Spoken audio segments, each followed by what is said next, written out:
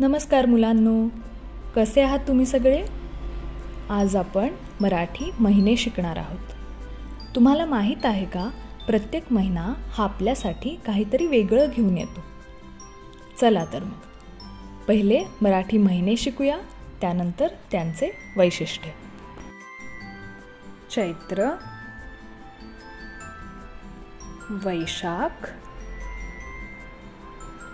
ज्येष्ठ, आषाढ, श्रावण, भाद्रपद,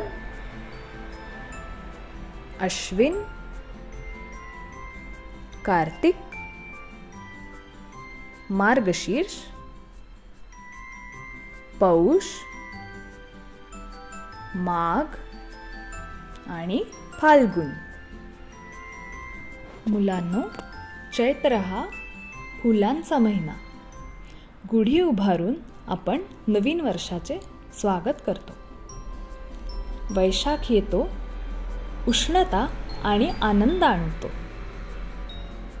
मग येतो ज्येष्ठ, गरमीचा आणि उन्हाळ्याचा महिना. आषाढ पाऊस आणतो. श्रावण हा सणांचा महिना. नागपंचमी, श्रीकृष्ण जन्माष्टमी असे अनेक सण आपण श्रावणात साजरे करतो. भाद्रपद आपल्या लाडक्या गणपती बाप्पाचे स्वागत करतो. अश्विन आणतो शरद ऋतूची शोभा. कार्तिक दिवाळी आणतो आणि सर्व काही दीपांनी उजळून टाकतो. मार्गशीर्ष हा भक्तीचा महिना.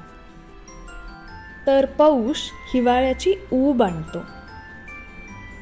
माघ असतो कापणीचा महिना. आणि फाल्गुन होळी आणि रंगपंचमीने उजळतो. धन्यवाद.